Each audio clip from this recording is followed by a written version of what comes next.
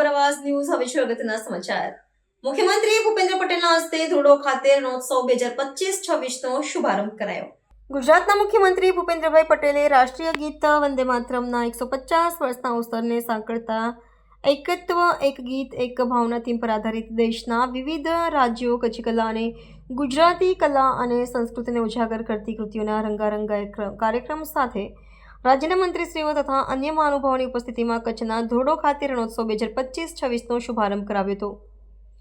મુખ્યમંત્રીના વરદ હસ્તે આ અવસરે માનનીય વડાપ્રધાન નરેન્દ્રભાઈ મોદીના વિકાસ ભી વિરાસત ભીના ધ્યેયને સાકાર કરી વારસા વિકાસ અને વૈભવના ગૌરવમાં અભિવૃદ્ધિ કરતા કુલ ₹179 કરોડના વિવિધ વિકાસ કાર્યોના લોકાર્પણ અને ખાતમુહૂર્ત કર્યા હતા.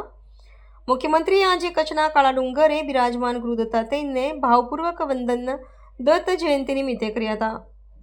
ધોરડોને યુનાઇટેડ નેશન્સની એજન્સી વર્લ્ડ ટુરિઝમ ઓર્ગેનાઇઝેશન દ્વારા મળેલ બેસ્ટ ટુરિઝમ વિલેજના બિરુદ બદલ મુખ્યમંત્રીશ્રીએ ગૌરવની લાગણી વ્યક્ત કરી હતી.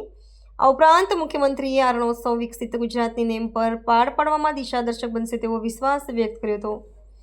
મુખ્યમંત્રીએ રણોત્સવ માણવા આવેલા પ્રવાસીઓ સાથે ફોટા પણ પડાવ્યા હતા.